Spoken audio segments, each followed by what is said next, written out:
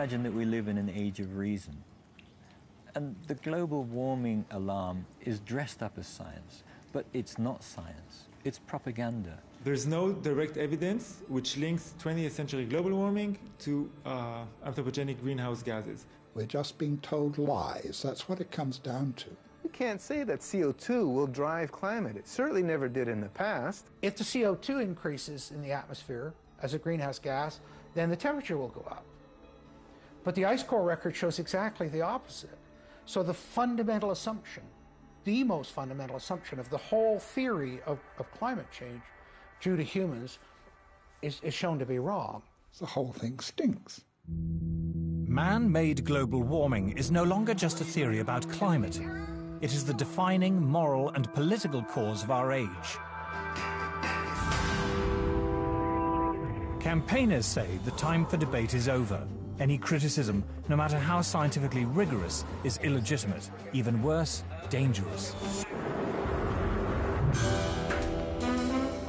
But in this film, it will be shown that the Earth's climate is always changing, that there is nothing unusual about the current temperature, and that the scientific evidence does not support the notion that climate is driven by carbon dioxide, man-made or otherwise. Everywhere you are told that man-made climate change is proved beyond doubt. But you are being told lies.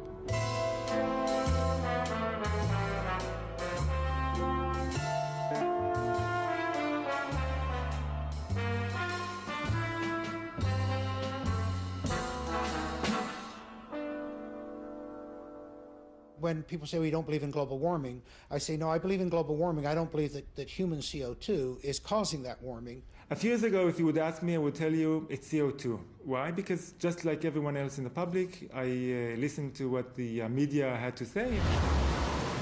Each day, the news reports grow more fantastically apocalyptic. Politicians no longer dare to express any doubt about climate change. There is such intolerance of any dissenting voice. Are some of the worst climate criminals on the planet. This is the most politically incorrect thing possible, is to doubt this climate change orthodoxy. Global warming has gone beyond politics. It is a new kind of morality.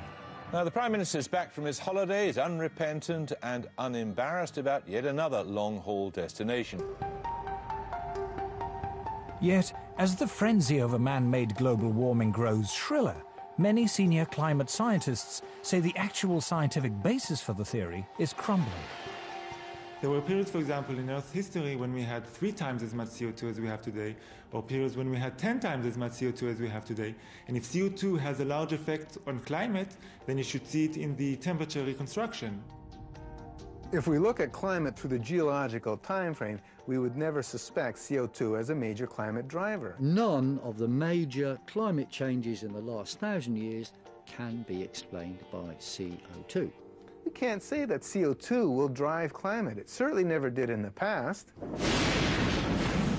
I've often heard it said that there is a consensus of thousands of scientists on the global warming issue and that humans are causing a catastrophic change to the climate system. Well, I am one scientist, and there are many that simply think that is not true. Man-made global warming is no ordinary scientific theory. This morning, the Intergovernmental Panel on Climate Change made up of... It is presented in the media as having the stamp of authority of an impressive international organization. From the IPCC, the United Nations Intergovernmental Panel on Climate Change, or IPCC.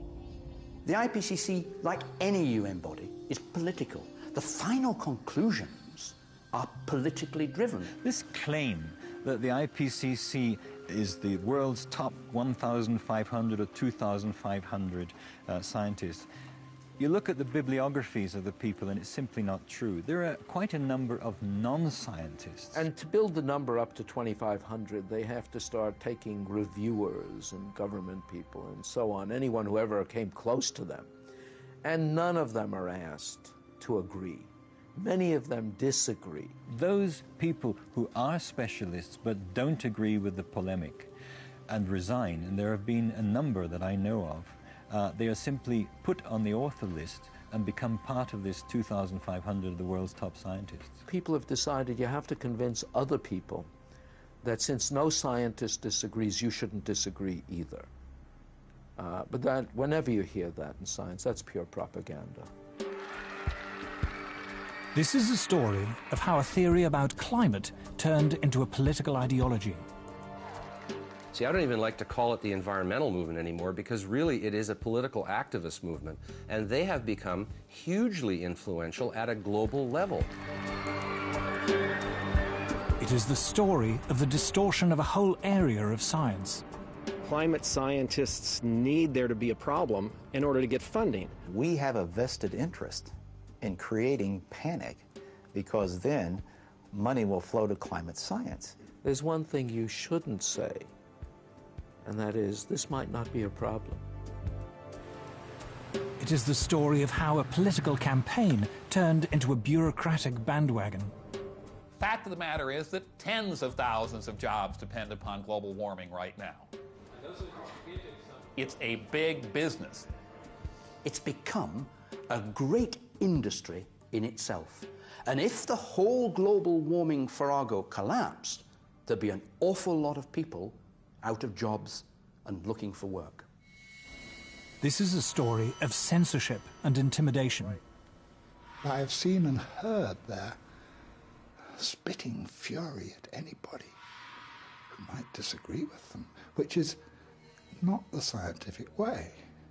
It is a story about Westerners invoking the threat of climatic disaster to hinder vital industrial progress in the developing world. One clear thing that emerges from the whole environmental debate is the point that there's somebody keen to kill the African dream, and the African dream is to develop. The environmental movement has evolved into the strongest force there is for preventing development in the developing countries. The global warming story is a cautionary tale of how a media scare became the defining idea of a generation. The whole global warming business has become like a religion. And people who disagree are called heretics. I'm a heretic. The makers of this program are all heretics. In 2005, a House of Lords inquiry was set up to examine the scientific evidence of man-made global warming. A leading figure in that inquiry was Lord Lawson of Blaby, who, as Chancellor of the Exchequer in the 1980s, was the first politician to commit government money to global warming research. We had a very, very thorough inquiry, took evidence from a whole lot of people expert in this area and produced a report. What surprised me was to discover how weak and uncertain the science was. In fact, there are more and more thoughtful people, some of them a little bit frightened to come out in the open, but who quietly, privately, and some of them publicly, are saying, hang on, wait a minute, this simply doesn't add up. We are told that the Earth's climate is changing. But the Earth's climate is always changing. In Earth's long history, there have been countless periods when it was much warmer and much cooler than it is today, when much of the world was covered by tropical forests or else vast ice sheets. The climate has always changed, and changed without any help from us humans. We can trace the present warming trend back at least 200 years, to the end of a very cold period in Earth's history. This cold spell is known to climatologists as the Little Ice Age. Let it snow, let it snow, let it snow. It doesn't show signs of stopping. In the 14th century, Europe plunged into the Little Ice Age. And where we would look for evidence of this are the old illustrations and prints and pictures of Old Father Thames. Because during the hardest and toughest winters of that Little Ice Age, the Thames would freeze over.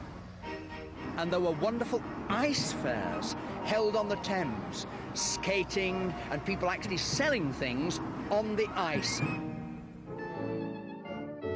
If we look back further in time, before the Little Ice Age, we find a balmy golden era, when temperatures were higher than they are today, a time known to climatologists as the medieval warm period.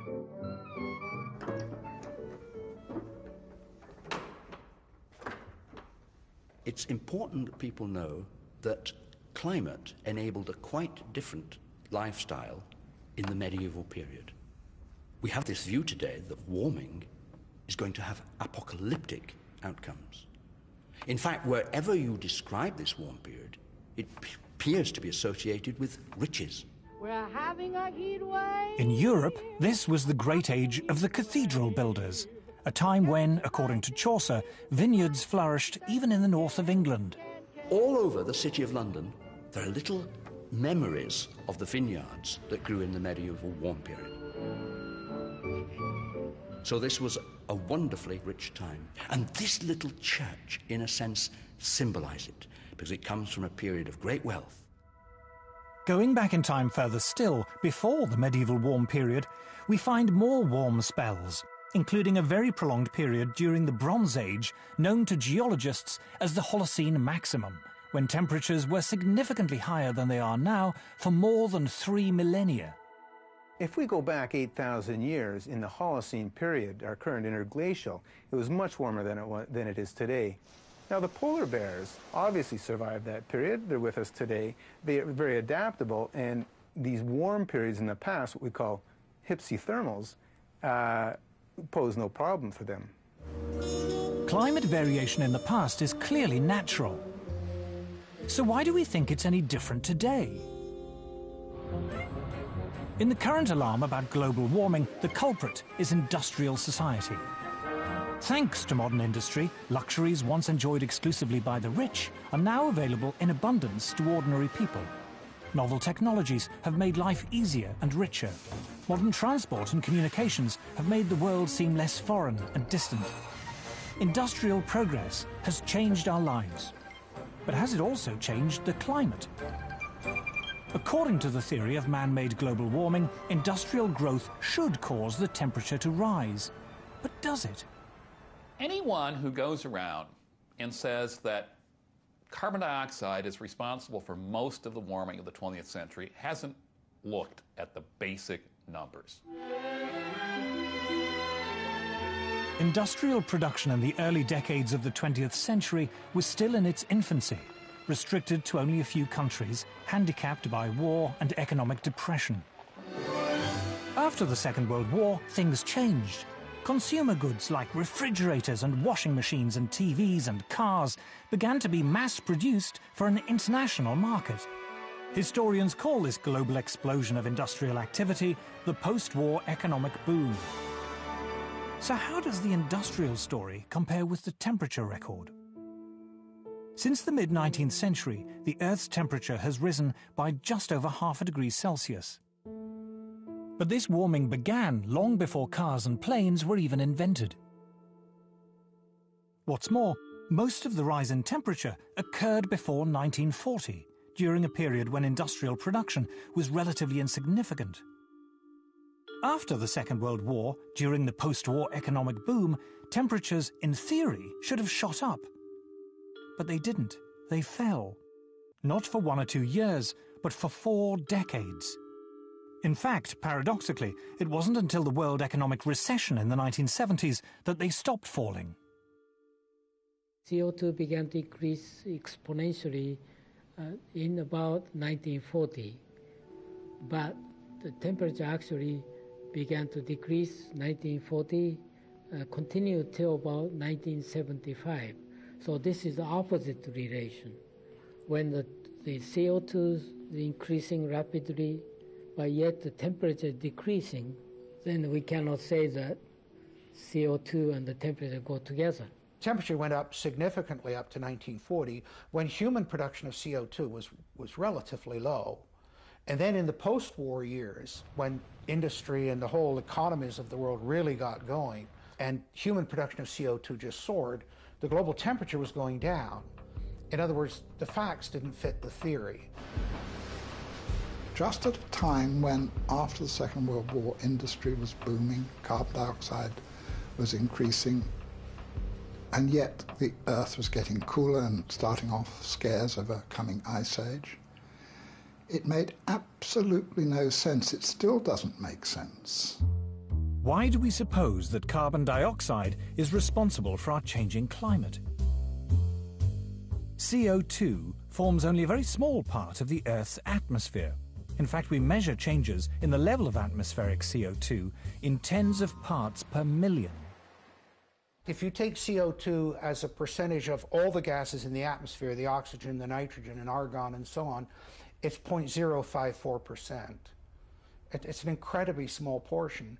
And then, of course, you've got to take that portion that supposedly humans are adding, which is the focus of all the concern, and it gets even smaller.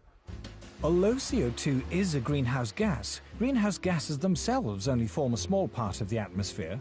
What's more, CO2 is a relatively minor greenhouse gas. The atmosphere is made up of a multitude of gases. A small percentage of them we call greenhouse gases. And of that very small percentage of greenhouse gases, 95% of it is water vapor. It's the most important greenhouse gas. Water vapor is a greenhouse gas, by far the most important greenhouse gas.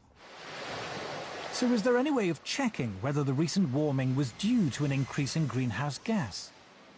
There is only one way to tell, and that is to look up in the sky, or a part of the sky known to scientists as the troposphere. If it's greenhouse warming, you get more warming in the middle of the troposphere, the first 10, 12 kilometers of the atmosphere, than you do at the surface. There are good theoretical reasons for that, having to do with how the greenhouse works. The greenhouse effect works like this. The sun sends its heat down to Earth. If it weren't for greenhouse gases, this solar radiation would bounce back into space, leaving the planet cold and uninhabitable. Greenhouse gas traps the escaping heat in the Earth's troposphere, a few miles above the surface. And it's here, according to the climate models, that the rate of warming should be highest, if it's greenhouse gas that's causing it. All the models, every one of them, calculates that the warming should be faster as you go up from the surface into the atmosphere. And in fact, the maximum warming over the equator should take place at an altitude of about 10 kilometers. A scientist largely responsible for measuring the temperature in the Earth's atmosphere is Professor John Christie. In 1991, he was awarded NASA's Medal for Exceptional Scientific Achievement, and in 1996 received a special award from the American Meteorological Society for fundamentally advancing our ability to monitor climate. He was a lead author on the UN's Intergovernmental Panel on Climate Change, or IPCC. There are two ways to take the temperature in the Earth's atmosphere: satellites and weather balloons.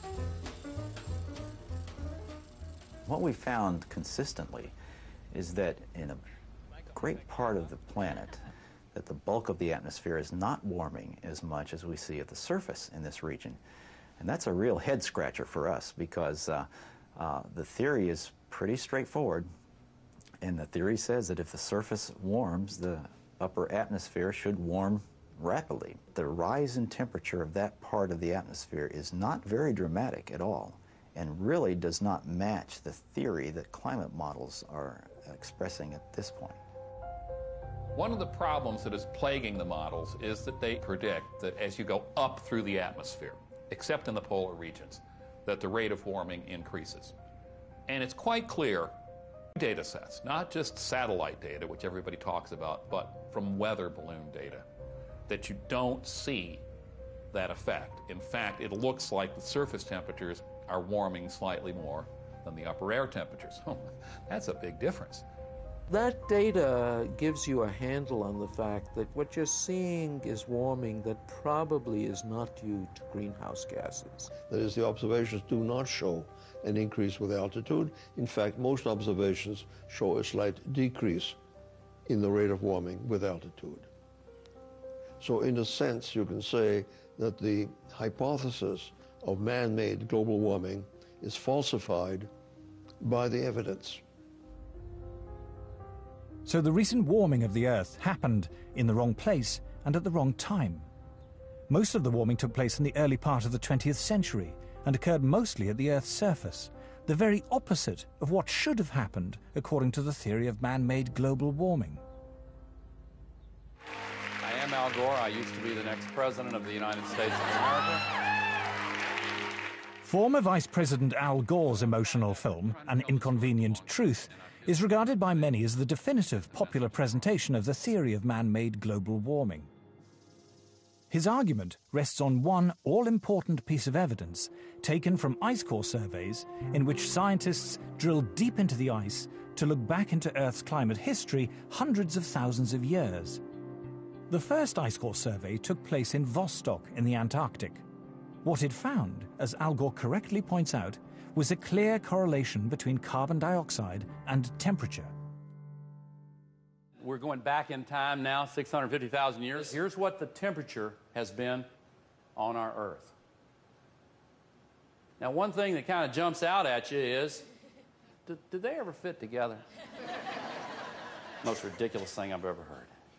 The relationship is actually very complicated, but there is one relationship that is far more powerful than all the others, and it is this. When there is more carbon dioxide, the temperature gets warmer. Al Gore says the relationship between temperature and CO2 is complicated, but he doesn't say what those complications are. In fact, there was something very important in the ice core data that he failed to mention. Professor Ian Clark is a leading Arctic paleoclimatologist who looks back into the Earth's temperature record tens of millions of years. When we look at climate on long scales, we're looking for geological material that actually records climate. If we're to take an ice sample, for example, we use isotopes to reconstruct temperature, but the atmosphere that's imprisoned in that ice, we liberate, and then we look at the CO2 content. Professor Clark and others have indeed discovered, as Al Gore says, a link between carbon dioxide and temperature. But what Al Gore doesn't say is that the link is the wrong way round. So here we're looking at the ice core record from Vostok, and in the red we see temperature going up from early time to later time at a very key interval when we came out of a glaciation. And we see the temperature going up, and then we see the CO2 coming up. CO2 lags behind that increase. It's got an 800-year lag, so temperature is leading CO2 by 800 years. There have now been several major ice core surveys. Every one of them shows the same thing. The temperature rises or falls, and then, after a few hundred years, carbon dioxide follows. So obviously, carbon dioxide is not the cause of that warming. In fact, we can say that the warming produced the increase in carbon dioxide. CO2 clearly cannot be causing temperature changes. It's a product of temperature. It's following temperature changes. The ice core record goes to the very heart of the problem we have here. They said, if the CO2 increases in the atmosphere as a greenhouse gas, then the temperature will go up. But the ice core record shows exactly the opposite. So the fundamental assumption, the most fundamental assumption of the whole theory of climate change due to humans is shown to be wrong. But how can it be that higher temperatures lead to more CO2 in the atmosphere? To understand this, we must first restate the obvious point that carbon dioxide is a natural gas produced by all living things. Few things annoy me more than to hear people talking about carbon dioxide as being a pollutant. You're made of carbon dioxide. I'm made of carbon dioxide. Carbon dioxide is how living things grow. What's more, humans are not the main source of carbon dioxide. Humans produce a small fraction in the single digits percentage-wise of the CO2 that is produced in the atmosphere. Volcanoes produce more CO2 each year than all the factories and cars and planes and other sources of man-made carbon dioxide put together. More still comes from animals and bacteria, which produce about 150 gigatons of CO2 each year, compared to a mere 6.5 gigatons from humans. An even larger source of CO2 is dying vegetation, from falling leaves, for example, in the autumn. But the biggest source of CO2 by far is the oceans.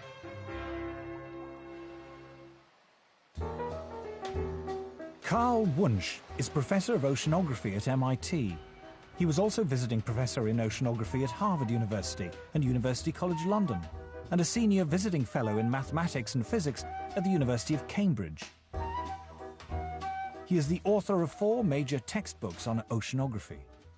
The ocean is the major reservoir into which carbon dioxide goes when it comes out of the atmosphere, or from which it is re-emitted to the atmosphere. If you heat the surface of the ocean, it tends to emit carbon dioxide. So similarly, if you cool the ocean surface, the ocean can dissolve more carbon dioxide. So the warmer the oceans, the more carbon dioxide they produce, and the cooler they are, the more they suck in. But why is there a time lag of hundreds of years between a change in temperature and a change in the amount of carbon dioxide going into or out of the sea? The reason is that oceans are so big and so deep, they take literally hundreds of years to warm up and cool down. This time lag means the oceans have what scientists call a memory of temperature changes. The ocean has a memory of past events running out as far as 10,000 years. So, for example, if somebody says, oh, I'm seeing changes in the North Atlantic, this must mean that the climate system is changing. It may only mean that something happened in a remote part of the ocean decades or hundreds of years ago, whose effects are now beginning to show up in the North Atlantic. The current warming began long before people had cars or electric lights. In the past 150 years, the temperature has risen just over ½ degree Celsius. But most of that rise occurred before 1940. Since that time, the temperature has fallen for 4 decades and risen for 3. There is no evidence at all from Earth's long climate history that carbon dioxide has ever determined global temperatures. But if CO2 doesn't drive Earth's climate, the common belief that carbon dioxide is driving climate change is at odds with much of the available scientific data. Data from weather balloons and satellites, from ice core surveys, and from the historical temperature records. But if CO2 isn't driving climate, what is? Isn't it bizarre to think that it's humans, you know, when we're filling up our car, turning on our lights, that we're the ones controlling climate? Just look in the sky. Look at that massive thing, the sun. Even humans at our present 6.5 billion are minute relative to that. In the late 1980s, solar physicist Piers Corbyn decided to try a radically new way of forecasting the weather. Despite the huge resources of the official Met Office, Corbyn's new technique consistently produced more accurate results. He was hailed in the national press as a super weatherman. The secret of his success was the sun. The origin of our solar weather technique of long-range forecasting came originally from study of sunspots and a desire to predict those. And then I realised it was actually much more interesting to use the sun to predict the weather.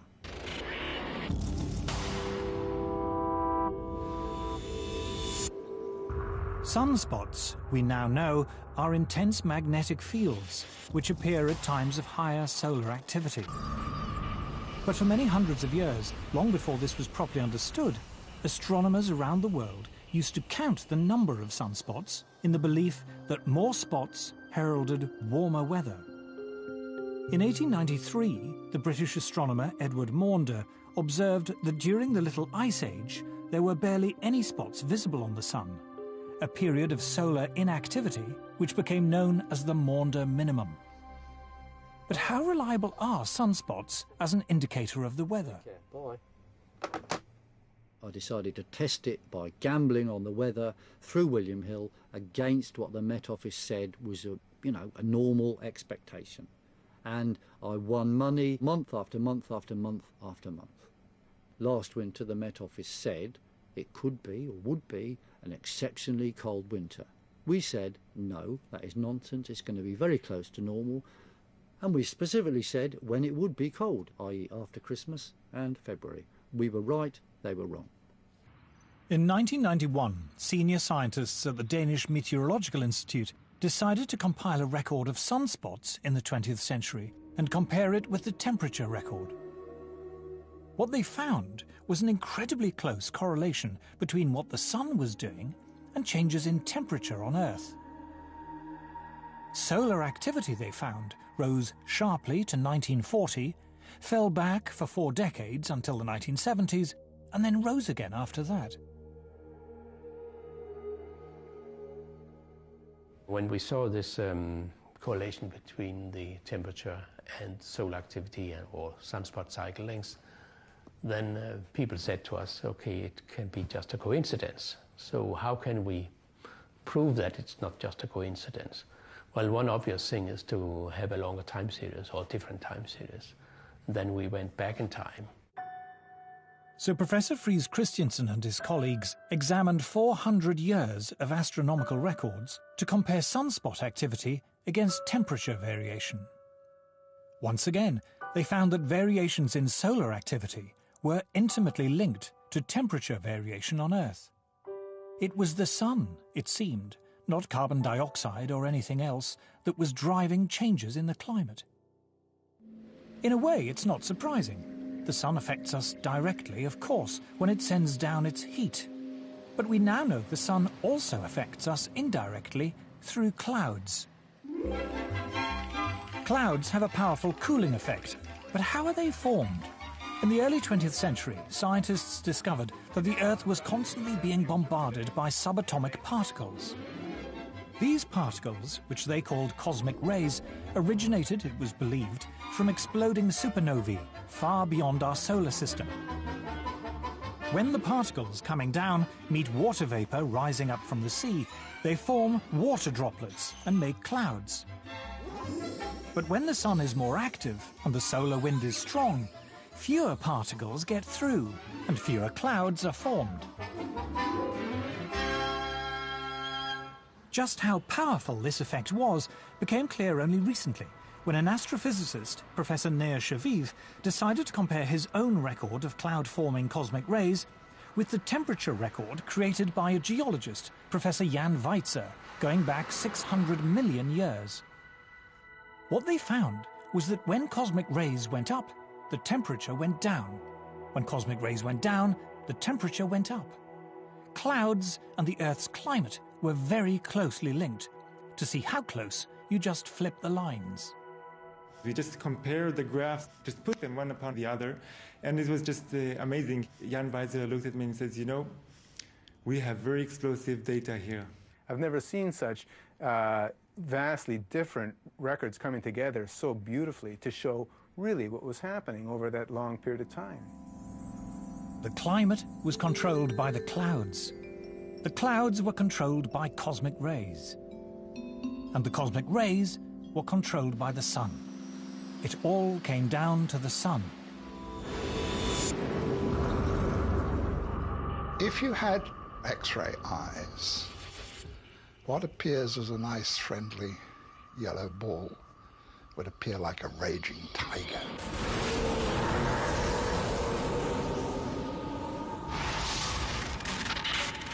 The sun is an incredibly violent beast, and it's throwing out great explosions and puffs of gas, an endless solar wind that's forever rushing past the Earth. We're, in a certain sense, inside the atmosphere of the sun. The intensity of its magnetic field more than doubled during the 20th century. In 2005, astrophysicists from Harvard University published the following graph in the official journal of the American Geophysical Union. The blue line represents temperature change in the Arctic over the past 100 years. And here is the rise in carbon dioxide over the same period. The two are not obviously connected, but now look again at the temperature record, and at this red line, which depicts variations in solar activity over the past century as recorded independently by scientists from NASA and America's National Oceanic and Atmospheric Administration. Solar activity over the last 100 years, over the last several hundred years, correlates very nicely on a decadal basis with sea ice and Arctic temperatures. To the Harvard astrophysicists and many other scientists, the conclusion is inescapable. The sun is driving climate change. CO2 is irrelevant. But why, if this is so, are we bombarded day after day with news items about man-made global warming? Why do so many people in the media and elsewhere regard it as an undisputed fact? To understand the power of global warming theory, we must tell the story of how it came about.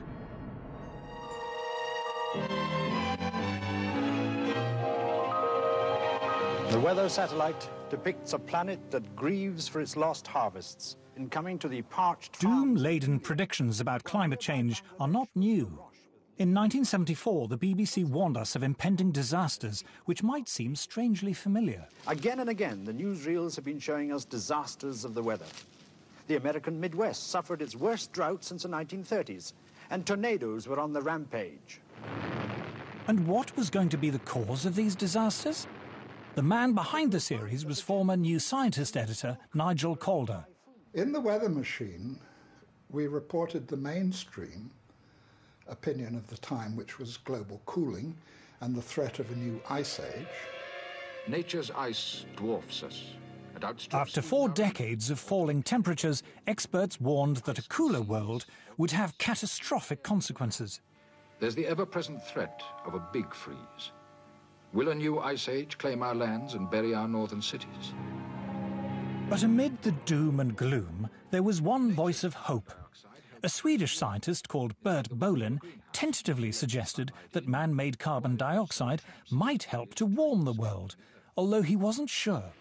And there is a lot of oil, and there are vast amounts of coal left. We seem to be burning it with an ever-increasing rate. And if we go on doing this, in about 50 years' time, the climate may be a few degrees warmer than today. We just don't know. We were also the first to put Bert Bolin of Sweden on international television talking about the dangers of carbon dioxide. And I remember being bitterly criticized by top experts for indulging him in his fantasy.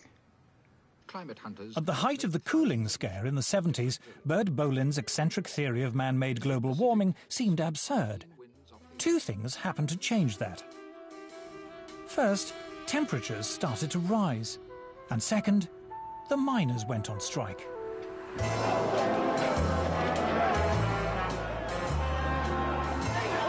To Margaret Thatcher, energy was a political problem. In the early 70s, the oil crisis had plunged the world into recession, and the miners had brought down Ted Heath's Conservative government. Mrs. Thatcher was determined the same would not happen to her. She set out to break their power.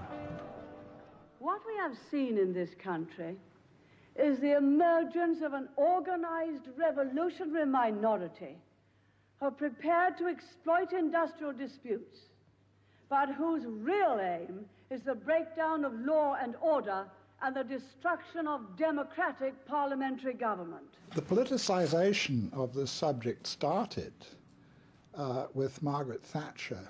She was very concerned always, I remember when I was Secretary of State for Energy, to promote nuclear power.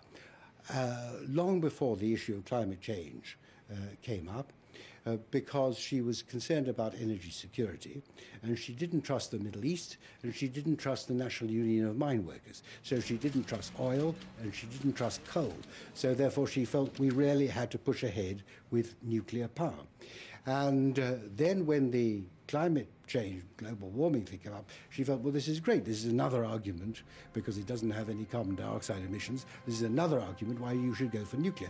And that is what she was really largely saying. It's been misrepresented since then. And so she said to the scientists, she went to the Royal Society and she said, there's money on the table for you to prove this stuff. So, of course, they went away and did that. Inevitably, the moment politicians put their weight behind something and attach their name to it in some ways, of course, money will flow. That's the way it goes. And inevitably, research, development, institutions started to bubble up, if we can put it that way, which were going to be researching climate, but with a particular emphasis on the relationship between carbon dioxide and temperature. At the request of Mrs. Thatcher, the UK Met Office set up a climate modelling unit which provided the basis for a new international committee called the Intergovernmental Panel on Climate Change, or IPCC. They came out with the first big report which predicted climatic disaster as a result of global warming. I remember going to the scientific press conference and being amazed by two things. First, the simplicity and eloquence of the message and the vigour with which it was delivered. And secondly, the total disregard of all climate science up till that time, including, incidentally, the role of the sun, which had been the subject of a major meeting at the Royal Society just a few months earlier. But the new emphasis on man-made carbon dioxide as a possible environmental problem didn't just appeal to Mrs. Thatcher. It was certainly something very favourable to the environmental idea, what I call the medieval environmentalism of let's get back to the way things were in medieval times and get rid of all these dreadful cars and machines. They loved it because carbon dioxide was for them an emblem of industrialization. Well, carbon dioxide clearly is an industrial gas and tried and sort of tied in with economic growth, with transportation in cars, with what we call civilization. And there are forces in the environmental movement that are simply against economic growth. They think that's bad. It could be used to legitimize a whole suite of myths that already existed: anti-car, anti-growth, anti-development, and above all, anti that great Satan, the US. Patrick Moore is considered one of the foremost environmentalists of his generation. He is co-founder of Greenpeace. The shift to climate being a major focal point came about for two very distinct reasons. The first reason was because by the mid-'80s, a majority of people now agreed with all of the reasonable things we in the environmental movement were saying they should do. Now, when a majority of people agree with you, it's pretty hard to remain confrontational with them. And so the only way to remain anti-establishment was to adopt ever more extreme positions. When I left Greenpeace, it was in the midst of them adopting a campaign to ban chlorine worldwide. Like I said, you guys, this is one of the elements in the periodic table, you know. I mean, I'm not sure if that's in our jurisdiction to be banning a whole element.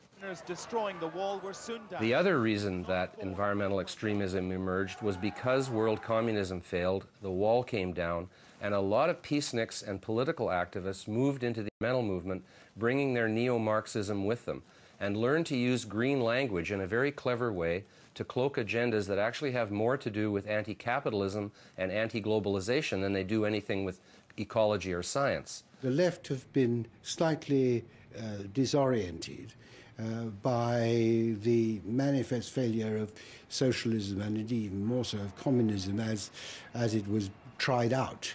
And therefore, they still remain as anti-capitalist as they were, but they have to find a new guise for their anti-capitalism. And it was a kind of amazing alliance from Margaret Thatcher on the right through to very left-wing anti-capitalist environmentalists that created this kind of momentum behind a loony idea. By the early 1990s, man-made global warming was no longer a slightly eccentric theory about climate. It was a full-blown political campaign. It was attracting media attention, and as a result, more government funding. Prior to Bush the Elder, I think the level of funding for climate and climate-related sciences was somewhere around the order of $170 million a year, which was reasonable for the size of the field. It jumped to $2 billion a year. more than a factor of 10. And yeah, that changed a lot. I mean, that's a lot of jobs. A lot of jobs. It brought a lot of new people into it who otherwise were not interested.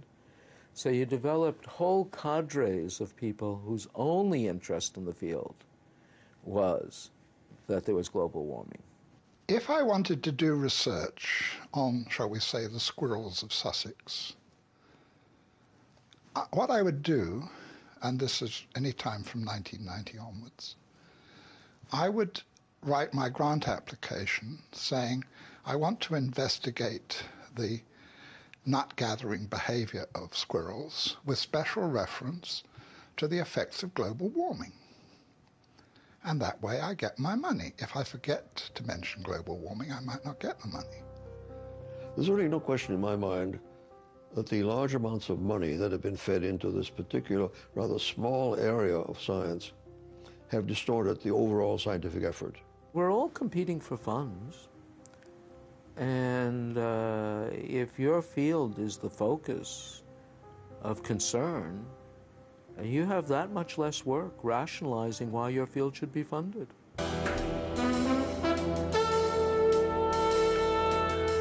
By the 1990s, tens of billions of dollars of government funding in the US, UK and elsewhere were being diverted into research relating to global warming.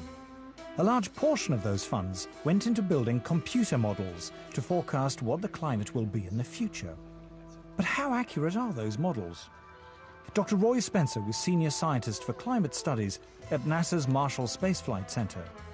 He has been awarded medals for exceptional scientific achievement from both NASA and the American Meteorological Society. Climate models are only as good as the assumptions that go into them, and they have hundreds of assumptions. All it takes is one assumption to be wrong for the forecast to be way off. Climate forecasts are not new, but in the past, scientists were more modest about their ability to predict the weather. Any attempt at forecasting changes of climate meets skepticism from the men who model the weather by computer. In making decisions which affect people, a bad prediction as to what the climate of the future will be can be far worse than none at all.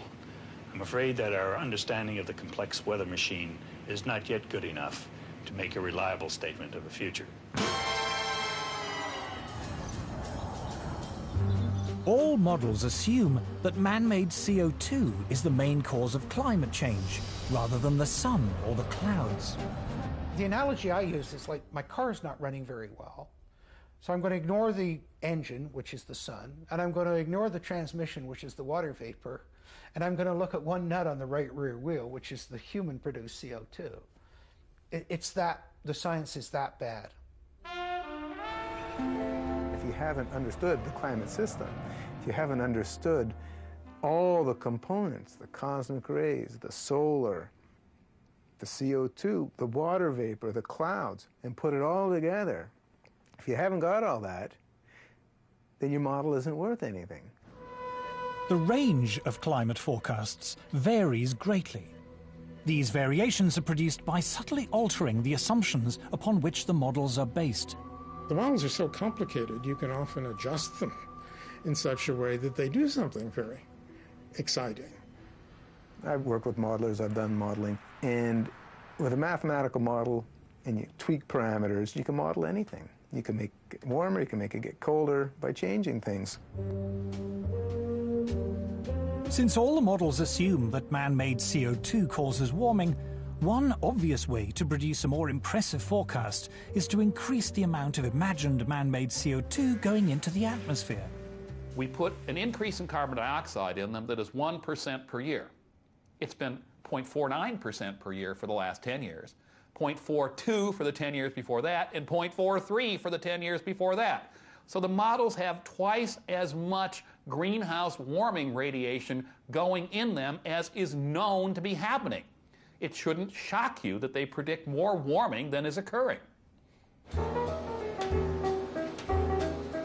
Models predict what the temperature might be in 50 or 100 years' time. It is one of their peculiar features that long-range climate forecasts are only proved wrong long after people have forgotten about them.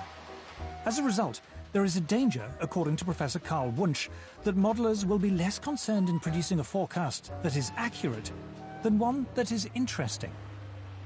Even within the scientific community, you see, it's a problem. If I run a complicated model and I do something to it, like melt a lot of ice into the ocean, and nothing happens, it's not likely to get printed.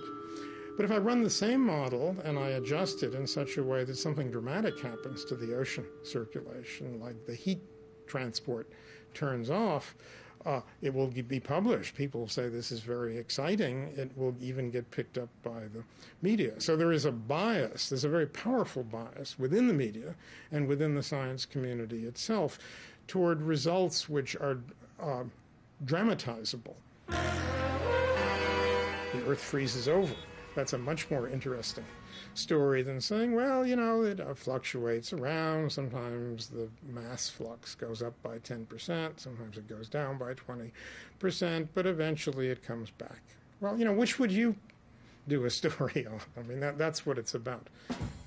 To the untrained eye, computer models look impressive, and they give often wild speculation about the climate the appearance of rigorous science. They also provide an endless source of spectacular stories for the media. The thing that has amazed me as a lifelong journalist is how the most elementary principles of journalism seem to have been abandoned on this subject. In fact, the theory of man-made global warming has spawned an entirely new branch of journalism. You've got a whole new generation of reporters, environmental journalists. Now, if you're an environmental journalist, and if the global warming story goes in the trash can, so does your job. It really is that crude. And the reporting has to get more and more hysterical because there are still, fortunately, a few hardened news editors around who will say, you know, this is what you were saying 5 years ago. But now it's much, much worse. You know, there's going to be 10 feet of sea level rise by next Tuesday or something. They have to keep on getting shriller and shriller and shriller. It is now common in the media to lay the blame for every storm or hurricane on global warming. But is there any scientific basis for this? This is purely propaganda. Every textbook in meteorology is telling you the main source of weather disturbances is the temperature difference between the tropics and the pole. And we're told in a warmer world, this difference will get less. Now that would tell you you'll have less storminess, you'll have less variability. But for some reason, that isn't considered catastrophic. So you're told the opposite. News reports frequently argue that even a mild increase in global temperature could lead to a catastrophic melting of the polar ice caps. But what does Earth's climate history tell us? We happen to have temperature records of Greenland that go back thousands of years. Greenland has been much warmer. Just 1,000 years ago, Greenland was warmer than it is today, yet it didn't have a dramatic melting event.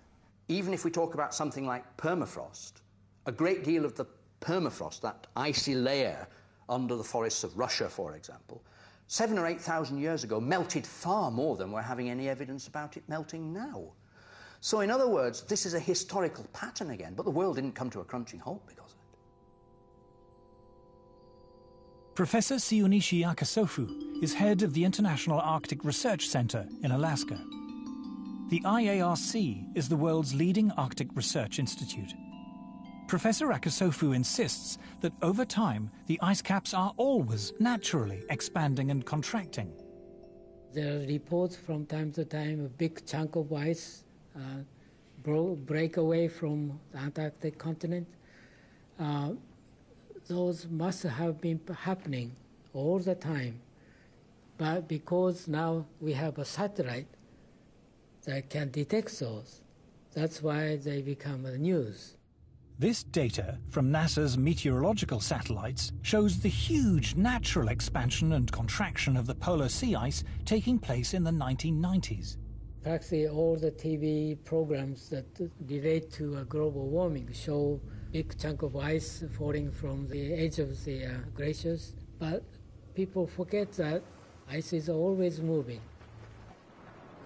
News reports frequently show images of ice breaking from the edge of the Arctic. What they don't say is that this is as ordinary an event in the Arctic as falling leaves on an English autumn day. They ask me, did you see ice falling from the edge of the glaciers? Yes. That's the spring breakup. That's happened every year. Press come to us all the time, I want to see something that the greenhouse disaster. I say there's none. Alarming television programmes raise the fearful prospect of vast tidal waves flooding Britain. But what causes the sea level to change, and how fast does it happen? Sea level changes over the world in general are governed fundamentally by two factors. What we would call local factors, the relationship of the sea to the land, which often, by the way, is to do with the land rising or falling than anything to do with the sea. But if you're talking about what we call eustatic changes of sea, worldwide changes of sea, that's through the thermal expansion of the oceans, nothing to do with melting ice. And that's an enormously slow and long process. People say, oh, I see the ocean doing this last year. That means that something changed in the atmosphere last year. And this is not necessarily true at all. In fact, it's actually quite unlikely, because it can take hundreds to thousands of years for the deep ocean to respond to forces and changes that are taking place at the surface. It is also suggested that even a mild rise in temperature will lead to the spread northward of deadly insect-borne tropical diseases like malaria. But is this true? Professor Paul Reiter of the Pasteur Institute in Paris is recognized as one of the world's leading experts on malaria and other insect-borne diseases. He is a member of the World Health Organization Expert Advisory Committee, was chairman of the American Committee of Medical Entomology of the American Society for Tropical Medicine, and lead author on the health section of the US National Assessment of the Potential Consequences of Climate Variability. As Professor Reiter is eager to point out, mosquitoes thrive in very cold temperatures. Mosquitoes are not specifically tropical. Most people will realize that in temperate regions there are mosquitoes. In fact, mosquitoes are extremely abundant in the Arctic. The most devastating epidemic of malaria was in the Soviet Union in the 1920s.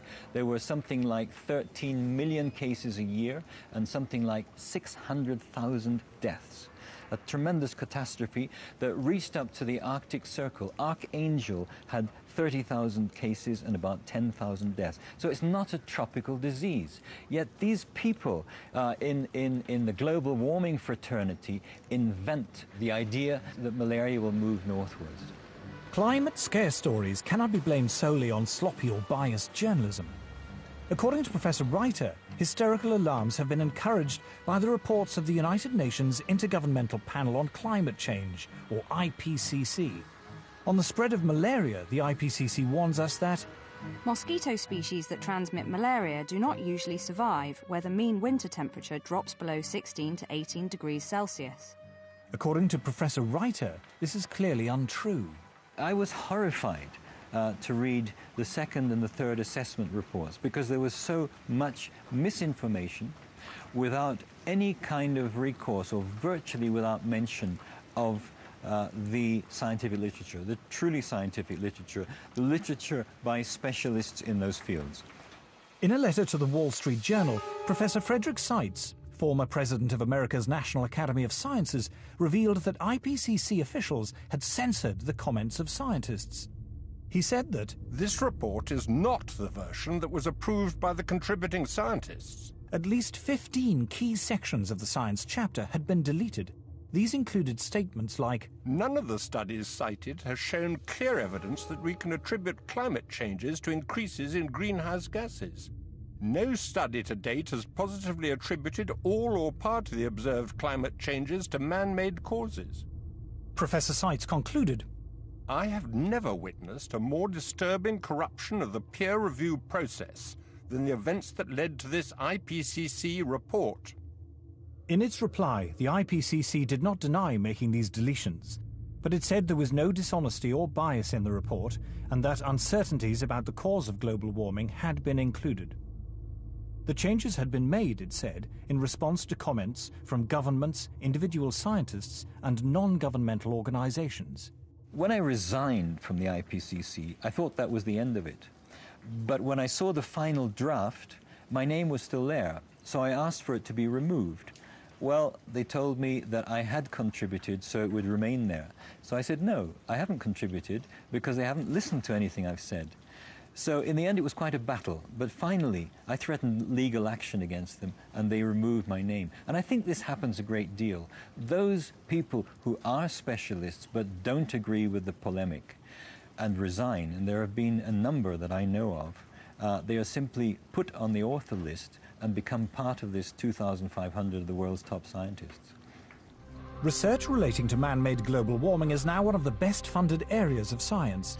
The US government alone spends more than $4 billion a year. According to NASA climatologist Roy Spencer, scientists who speak out against man-made global warming have a lot to lose. It's generally harder to get research proposals funded because of the stands that we've taken publicly. And you'll find very few of us that are willing to take a public stand because it does cut into their research funding. It is a common prejudice that scientists who do not agree with the theory of man-made global warming must be being paid by private industry to tell lies. I get it all the time. You must be in the pay of the multinationals. Sadly, like most of the scientists you'll talk to, I haven't seen a penny from the multinationals. I'm always accused of being paid by the oil and gas companies. I've never received a nickel from the oil and gas companies.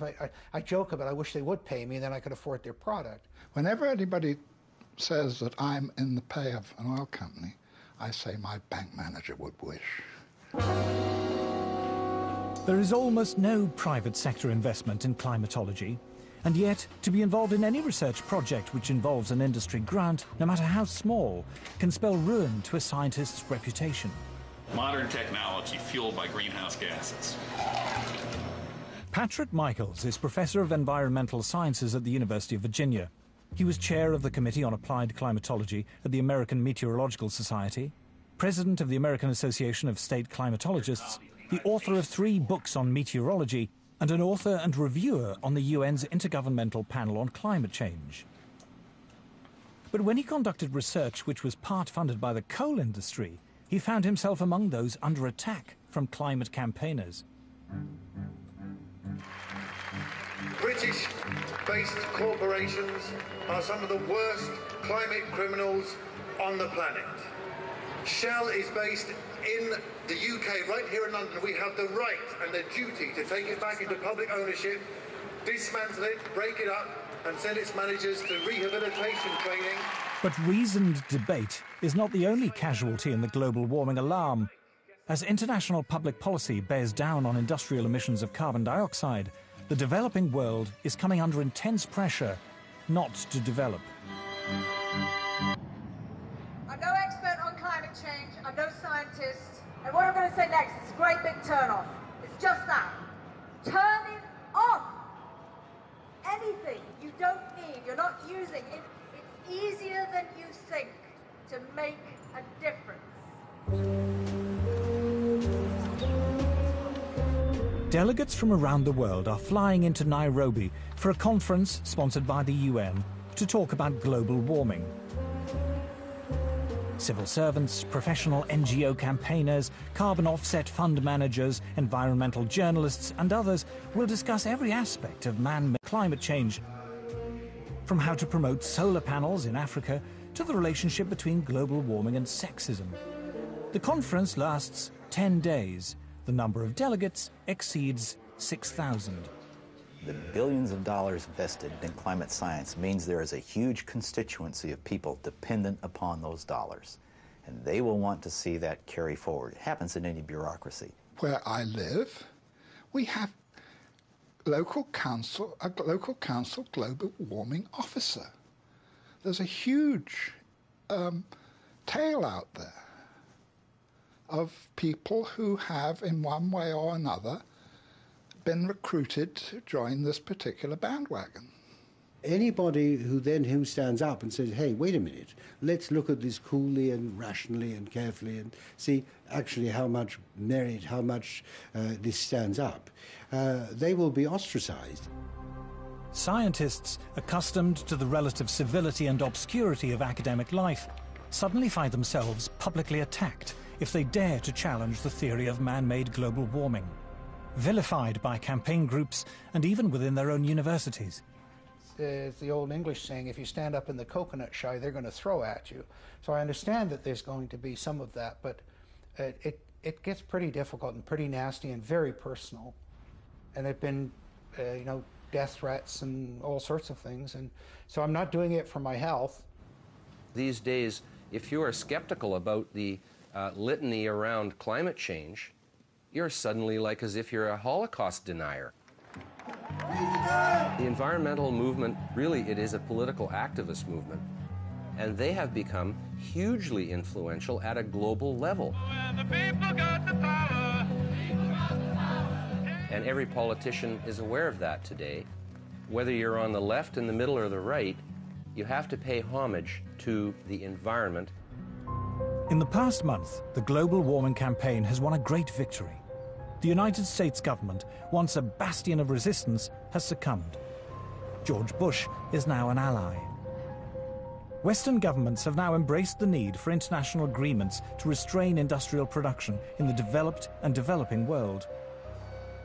But at what cost? Paul Driesen is a former environmental campaigner. My big concern with global warming is that the policies being pushed to supposedly prevent global warming are having a disastrous effect on the world's poorest people. Global warming campaigners say it does no harm to be on the safe side. Even if the theory of man-made climate change is wrong, we should impose draconian measures to cut carbon emissions just in case. They call this the precautionary principle. The precautionary principle is a very interesting beast. It's basically used to promote a particular agenda and ideology. It's always used in one direction only. It talks about the risks of using a particular technology, fossil fuels, for example, but never about the risks of not using it. It never talks about the benefits of having that technology. Anne Muagela is about to cook a meal for her children. She is one of the 2 billion people, a third of the world's population, who have no access to electricity. Instead, they must burn wood or dried animal dung in their homes. The indoor smoke this creates is the deadliest form of pollution in the world. According to the World Health Organization, 4 million children under the age of 5 die each year from respiratory diseases caused by indoor smoke, and many millions of women die early from cancer and lung disease for the same reason. If you were to ask a rural person to define development, they'll tell you, yes, I know I've moved to the next level when I have electricity. Actually, not having electricity creates such a long chain of problems because the first thing you'll miss is the light. So you get that they have to go to sleep earlier because there's no light. There's no reason to stay awake. I mean, you can't talk to each other in darkness. No refrigeration or modern packaging means that food cannot be kept. A fire in the hut is too smoky and consumes too much wood to be used as heating. There is no hot water. We in the West cannot begin to imagine how hard life is without electricity. The life expectancy of people who live like this is terrifyingly short, their existence impoverished in every way. A few miles away, the UN is hosting its conference on global warming in its plush gated headquarters. The gift shop is selling souvenirs of peasant tribal life, while delegates discuss how to promote what are described as sustainable forms of electrical generation. Africa has coal, and Africa has oil, but environmental groups are campaigning against the use of these cheap sources of energy. Instead, they say Africa and the rest of the developing world should use solar and wind power. A short drive out of Nairobi, we find our first solar panel. A Kenyan public health official has brought us to a clinic which serves several villages. The only electrical implements in the clinic are the electric lights and a refrigerator in which to keep vaccines, medicine and blood samples. Electricity is provided by 2 solar panels. So what can it do successfully? Lighting. Lighting only? Yes. What happens when you put lighting plus the refrigerator and others? What happens? It sounds an alarm. It sounds an alarm? Yeah. Then can we maybe see that?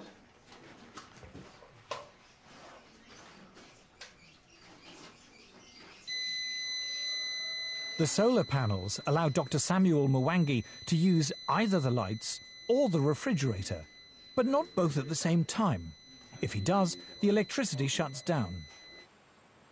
Wind and solar power are notoriously unreliable as a source of electricity and are at least 3 times more expensive than conventional forms of electrical generation.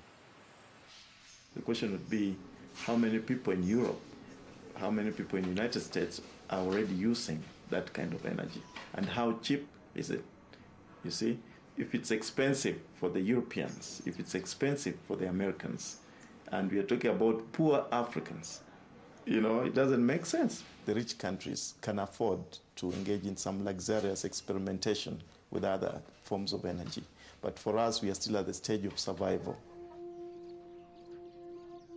To former environmentalist Paul Driesen, the idea that the world's poorest people should be restricted to using the world's most expensive and inefficient forms of electrical generation is the most morally repugnant aspect of the global warming campaign. Let me make one thing perfectly clear. If we're telling the third world that they can only have wind and solar power, what we are really telling them is you cannot have electricity. The challenge we have when we meet Western environmentalists who say we must engage in use of solar panels and wind energy is how we can have Africa industrialized. Because I don't see how a solar panel is going to power a steel industry, how a solar panel, you know, is going to power maybe some railway train network. It might work maybe to power a small transistor radio. I think one of the most pernicious aspects of the modern environmental movement is this romanticization of peasant life. And the idea that industrial societies are the destroyers of the world. One clear thing that emerges from the whole environmental debate is the point that there's somebody keen to kill the African dream, and the African dream is to develop. The environmental movement has evolved into the strongest force there is for preventing development in the developing countries. We are being told, don't touch your resource, don't touch your oil, don't touch your coal. That is suicide. I think it's legitimate for me to call them anti-human. Like, okay, you don't have to think humans are better than whales or better than owls or whatever if you don't want to, right? But surely it is not a good idea to think of humans as sort of being scum, you know, that it's okay to have hundreds of millions of them go blind or die or whatever. I just can't relate to that. The theory of man-made global warming is now so firmly entrenched, the voices of opposition so effectively silenced, it seems invincible, untroubled by any contrary evidence, no matter how strong. The global warming alarm is now beyond reason. There will still be people who believe that this is the end of the world, particularly when you have, for example, the chief scientist of the UK telling people that by the end of the century, the only habitable place on the Earth will be the Antarctic.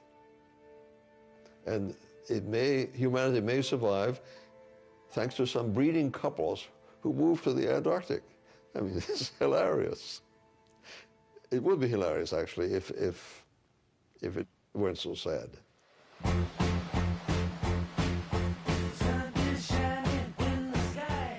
3:15 tonight, dispatches and how green